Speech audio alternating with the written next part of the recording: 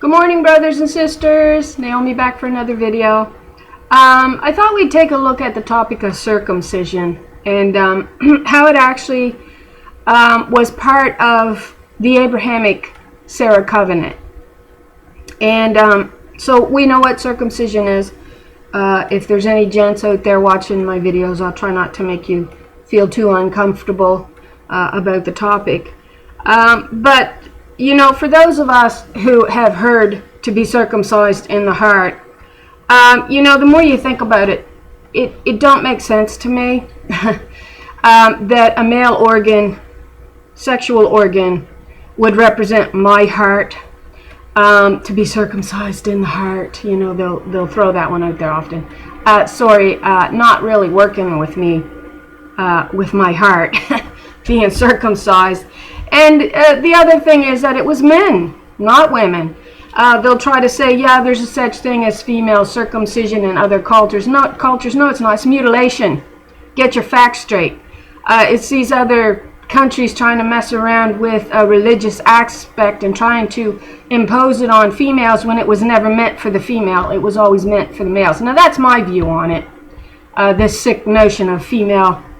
It's not even circumcision, it's mutilation. The men are not mutilated for circumcision. They can still function as a male. Women are completely mutilated in this so-called female circumcision. It's a joke.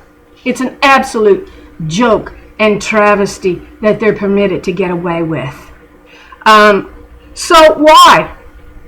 Why is circumcision part of the Abrahamic covenant? And we'll go with the male on this, because the women were not circumcised. And why the male sexual organ?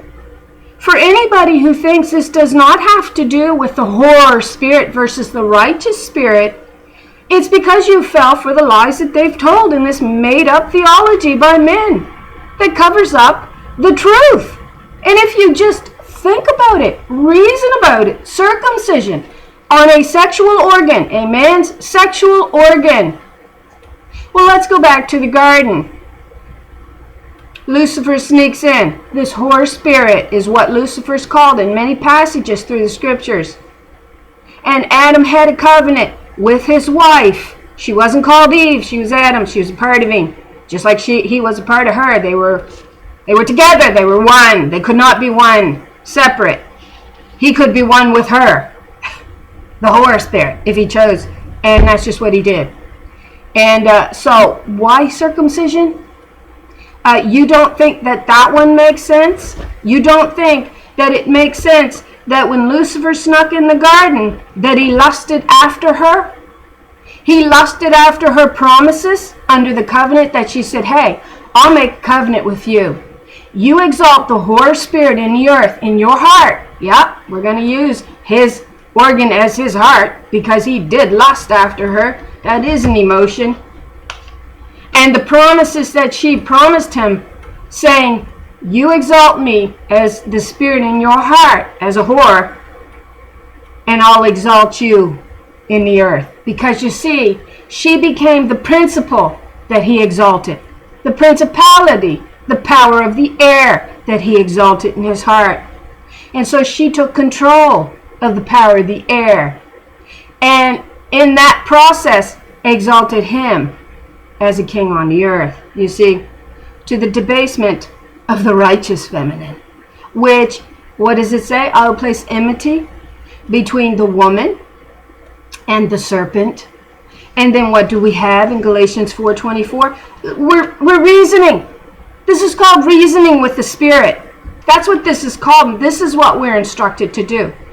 What does it say in Galatians 4:24? It ought to tie it together fairly simply. But most just will not even watch my videos. They're attacking my channel left and right. Which things are an allegory, for these are the two covenants, the one from Mount Sinai, which gendereth to bondage. It puts us under bondage, which is the law, which is Agar.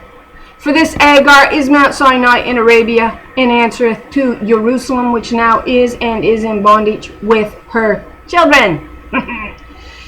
26, but Jerusalem, which is above, which is represented by Sarah, the righteous spirit, is free. which is the mother of us all. What was Eve called? Oh, she's a bad girl. She was called mother of all living, wasn't she? And right here, we have it repeated again for Sarah. So where did Agar come from?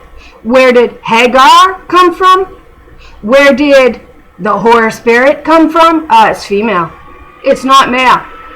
These two seeds are against each other. The woman seed against the Holy Spirit seed that Adam made a covenant with. You want to know what circumcision is now? Is it beginning to make sense? Should we go, well, it represents our hearts. A male organ represents your heart. It represents his, not mine. But what does it say in 17? Genesis 17, as another part to the covenant that we see in Genesis 15:9, with these 5 animals that Abraham was instructed to take, and he was instructed to cleave them in the midst, so that means this way, once you get your doing your study. And those 5 animals was a heifer, was a she-goat, was a ram. The turtle dove and the pigeon were not to be cleaved in the midst. They were just, one was to be put to the right side and one was to be put to the left. Okay? So this is how we understand that this covenant was made, and this covenant has come to represent the new covenant. Alright? Now the second part of this covenant that God tells Abraham that is part of this covenant is the circumcision. So it says the circumcision is the sign of the covenant. That's the title given to in my Bible in Genesis 17. So we'll begin at, we'll start in verse, and this is where God also changed Abraham's name and Sarah's name. Go look up the meaning of Sarah and what it derives from. Yeah, you'll get your principle. You'll simply get your principle, which is the righteous principle. So Abraham actually was supposed to exalt the righteous principle, not the Holy Spirit principle in his heart, which was representative of the lust of the male and his sexual organ, which is why circumcision come into play. So we're going to start at verse 10. We'll start at 10, and this is what it says. It says, "This is my covenant which ye shall keep between me and you." This is Mother speaking. All right? Mother Yahweh. Your mother Jerusalem, which is your mother of all, which was what Eve was called. From above, Sarah is called this in that Genesis 4. And so she's making this covenant. She's remaking this covenant for the daughter of Zion that man rejected. All right? That's what this is all about. So you're looking at the righteous spirit agreeing once again to this covenant to fallen man. All right? And she chose Abraham as one of these men, actually as the man to make the covenant with. All right? And then that continues on through a righteous line of men such as David and so on. So, verse 10, "This is my covenant which ye shall keep between me and you, and thy seed after thee. Every male child among you shall be circumcised. And ye shall circumcise the flesh of your foreskin, and it shall be a token of the covenant between me and you." She's saying, cut that off, right? We're going to look at that word in a minute, all right? Verse 12, "And he that is 8 days old shall be circumcised among you, every male child in your generations, he that is born in the house or bought with money of any stranger, which is not of thy seed." Verse 13, "He that is born in thy house and he that is bought with thy money must needs be circumcised, and my covenant shall be in your flesh for an everlasting covenant." Everlasting. This covenant's everlasting. 14, "And the uncircumcised man child," now pay attention to this, okay? Because this is where cut off comes into play.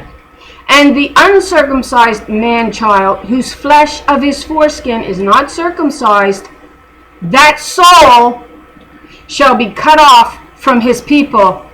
He hath broken my covenant. So, are we confused why a man would have to have his private part circumcised and why it represents the covenant between God? Why would a male and a male have to agree to this covenant? Why? This is clearly a covenant between Mother Yahweh for her daughter Zion that fallen Adam cut off, said, I don't want her. So she factors man back into the covenant by saying, I'll make you part of this covenant, and this is how this covenant is going to go. And part of this covenant is that you must be circumcised. You must cut off, right, that foreskin. Now that's interesting because that word there, cut off, has a lot of implications to it because we hit it in the scriptures many times. Cut down the forest. Cut off the branch of the horror spirit. We see that pop up in scriptures so many times during our study. Meaning of circumcision, I did write down a brief definition. It says surgery that removes the foreskin, which is the loose tissue covering the glands of the pee. We won't say the word. We all know what we mean. Circumcision may be performed for religious, cultural, or health reasons. All right? So it's bringing in a man's sexual organ.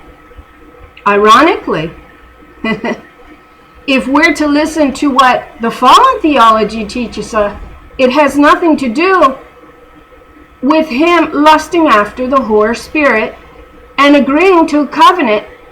So let's look at that word foreskin. Did the first Adam have a foreskin? He didn't, did he? So what caused the foreskin to grow? Well, sin did. Sin caused that foreskin to grow. Because you know why? Because he lusted after a whore spirit. What does Job say in Job 30? What does Job say? To see if we can fill this out for you a little bit better, because most are just, I know they're rejecting what I'm saying. A lot don't want to believe that God is female. They simply don't want to believe, and yet Mother says, I wear the heavens like a garment, like a body. There's only one that can do that, and that is the Spirit that can do that. Only the Spirit can wear the heavens like a garment. The body can't wear it like a garment. Only the Spirit can do that. And she's clearly defined as a female. And she says, you turned everything upside down. Maybe we'll look at that verse too. Oh, maybe I got the wrong chapter. Sorry, I do. Let me see if I can find it right quick here. He says, I made a covenant with my eyes. Is that it? No. Sorry, I actually didn't plan on throwing these verses in here. If you just give me a second, I should be able to locate it.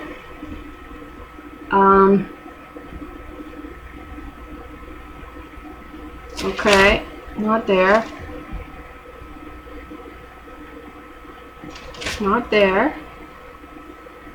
Sorry about this. I do this every video. I really didn't expect to pull this verse up. But I did it actually on another video.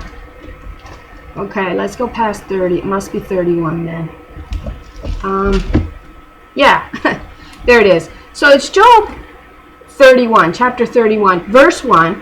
And what does Job say? Job says, I made a covenant with mine eyes.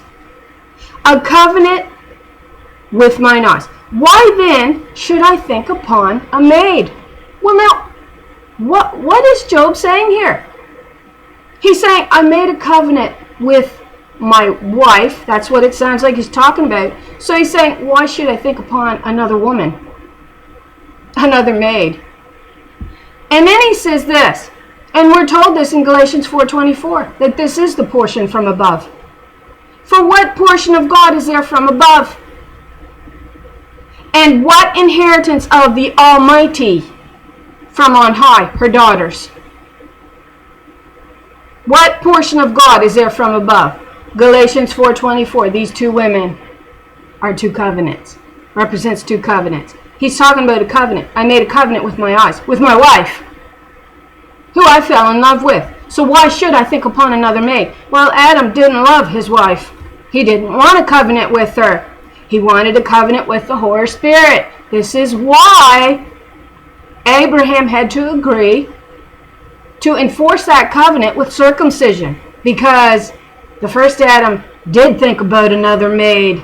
He actually lusted after her, and he actually wound up creating a covenant with her, and that covenant comes under Old Testament law. Is not destruction to the wicked and a strange punishment to the workers of iniquity? Does not she, God, see my ways and count all my steps? If I have walked with vanity, or if my foot hath hasted to deceit, let me be weighed in an even balance, that God may know mine integrity. So you have right there Job telling you about a covenant. All right?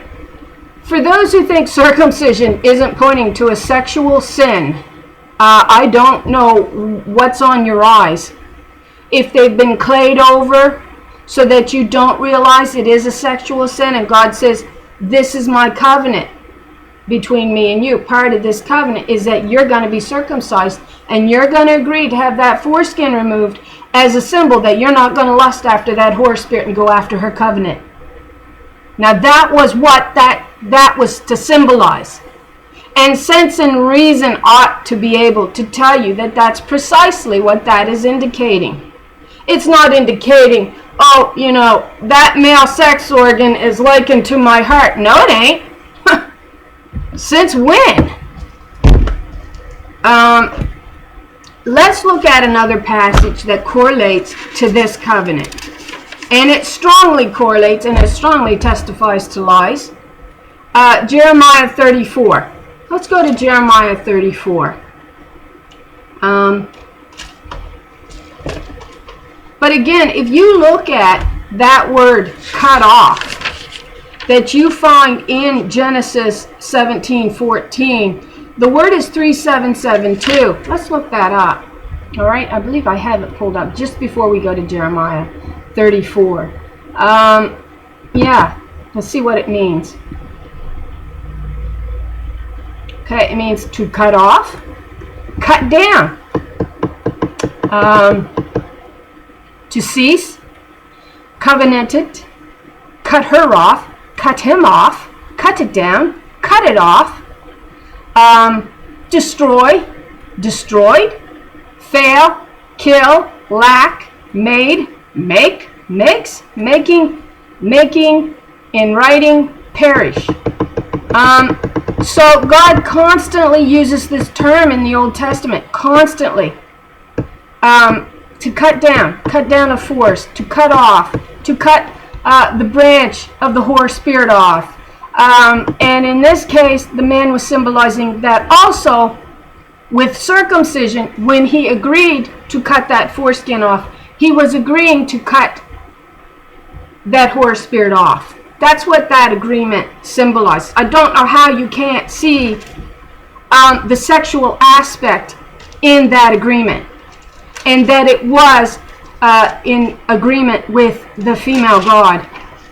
That Adam, by rejecting her daughter, that portion of God that was from above, Almighty, that was given to represent the covenant, how you can't see that the cutting off of the daughter was representative of cutting off the mother God as well. That's what that symbolized. And Adam didn't want a covenant with her. So we had two seeds come into battle against each other. That was the woman's seed against the whore spirit seed.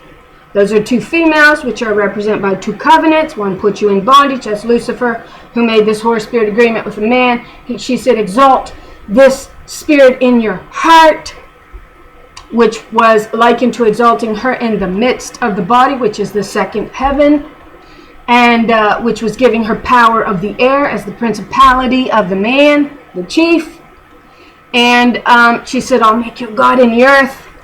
And then the beginning of the law began. And we know that that is how iniquity is shaped. We're told iniquity is shaped under the law. All right? So Jeremiah 34. What does it say? It says, well, we'll skim this. I didn't actually look at this too much. I know we looked at it in another video. But here they're attempting to actually break their agreement with God, Mother, Yahweh. And that means with her daughters, her righteous daughters. So you got to factor in the righteous daughters.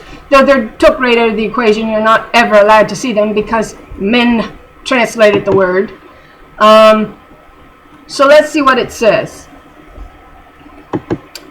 We'll start maybe at, thou shalt not die by the sword. Okay, we'll start at verse 1, just to get context here. The word which came unto Jeremiah from the Lord when Nebuchadnezzar, king of Babylon, and all his army, and all the kingdoms of the earth of his dominion, and all the people fought against Jerusalem, and against all the cities thereof, saying, Thus saith the Lord, the God of Israel, Go and speak to Zedekiah, king of Judah, and tell him, Thus saith the Lord, Behold, I will give this city into the hand of the king of Babylon, and he shall burn it with fire. And thou shalt not escape out of his hands, but shall surely be taken and delivered into his hand.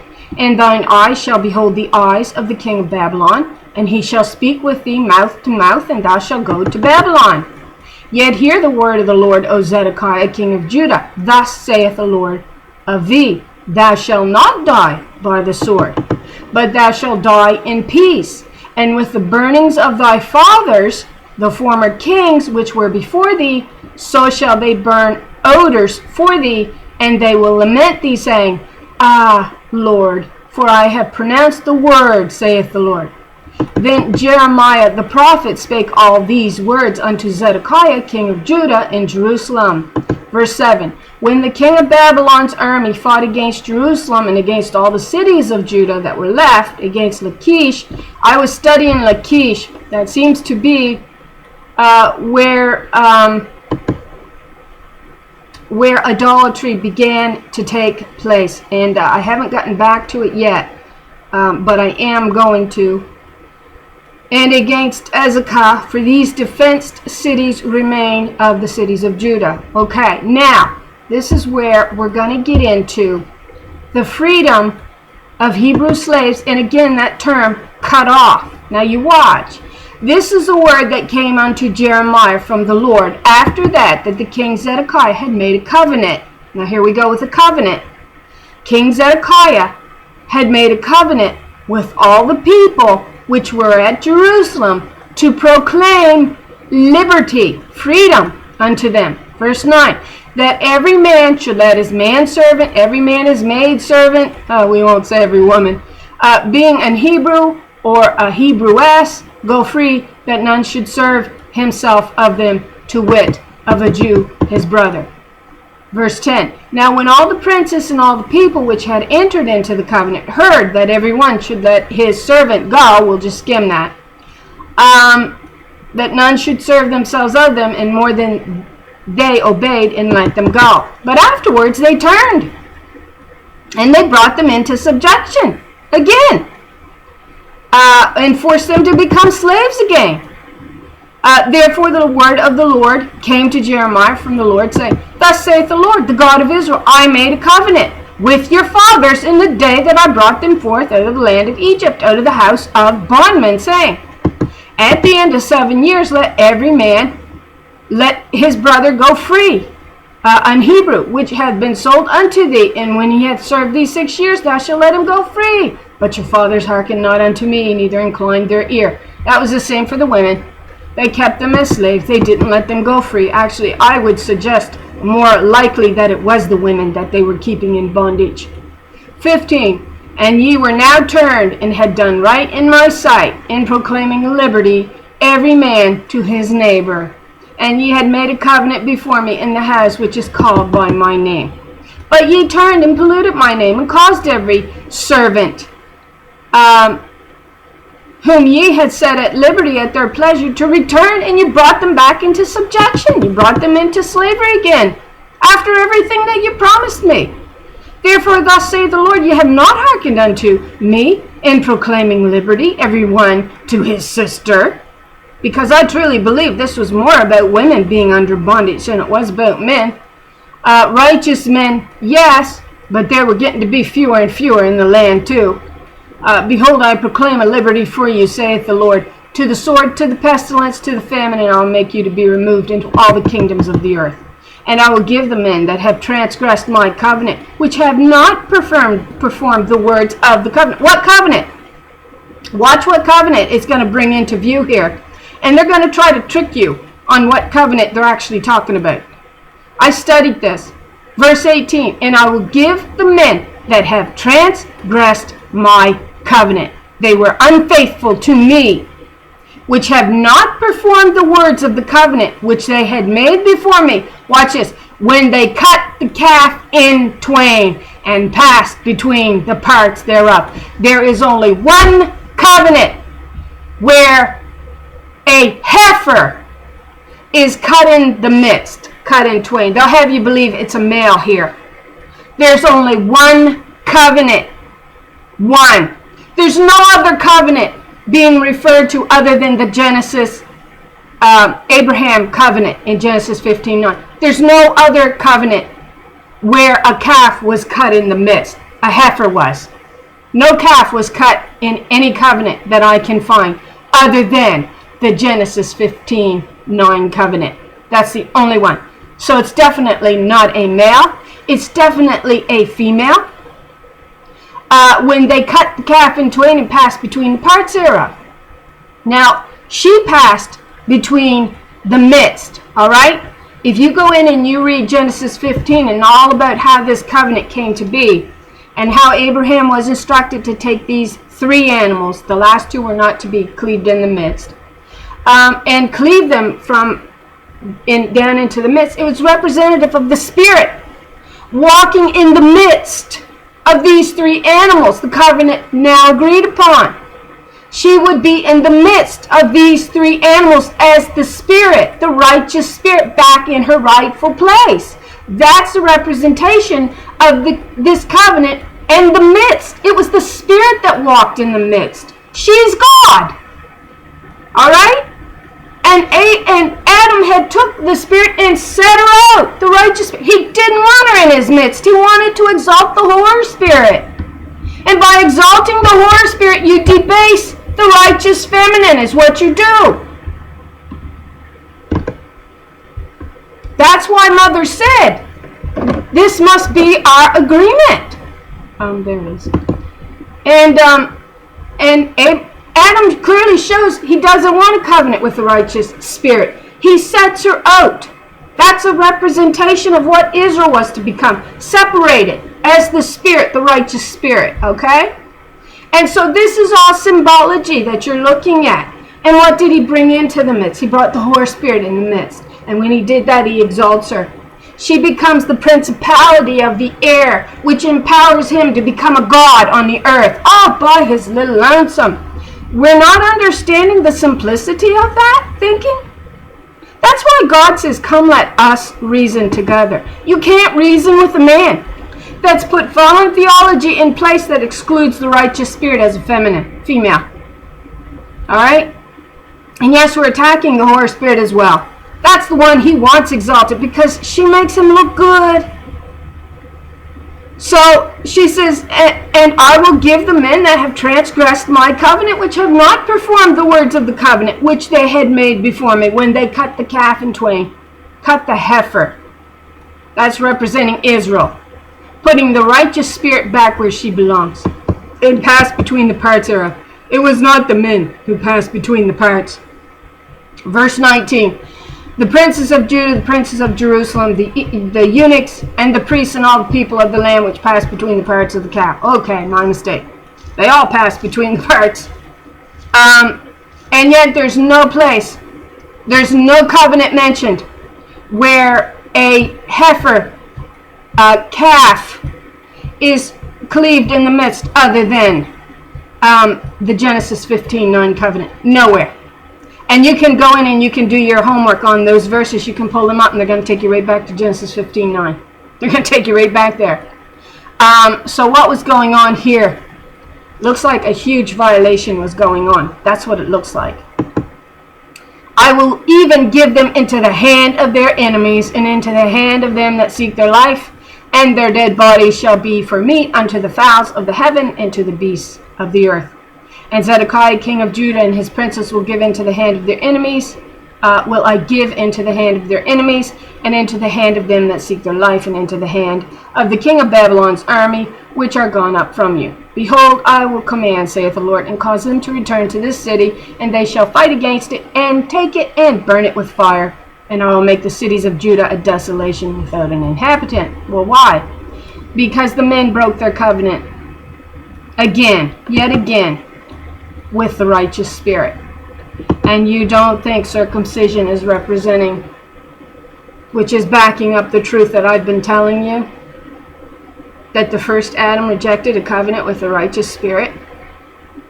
You don't believe the spirit's a she? I mean, come on.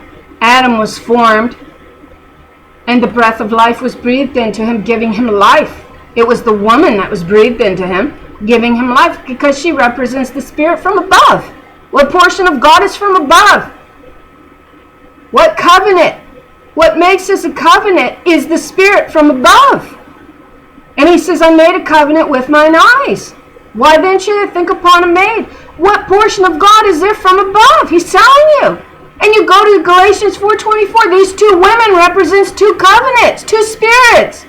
One that's going to put you in bondage under the law, which tells you shapes iniquity, forms iniquity, and the one that frees you, which is Sarah, representing the spirit from above. And yet, I'm not making no sense. I'm spouting lies.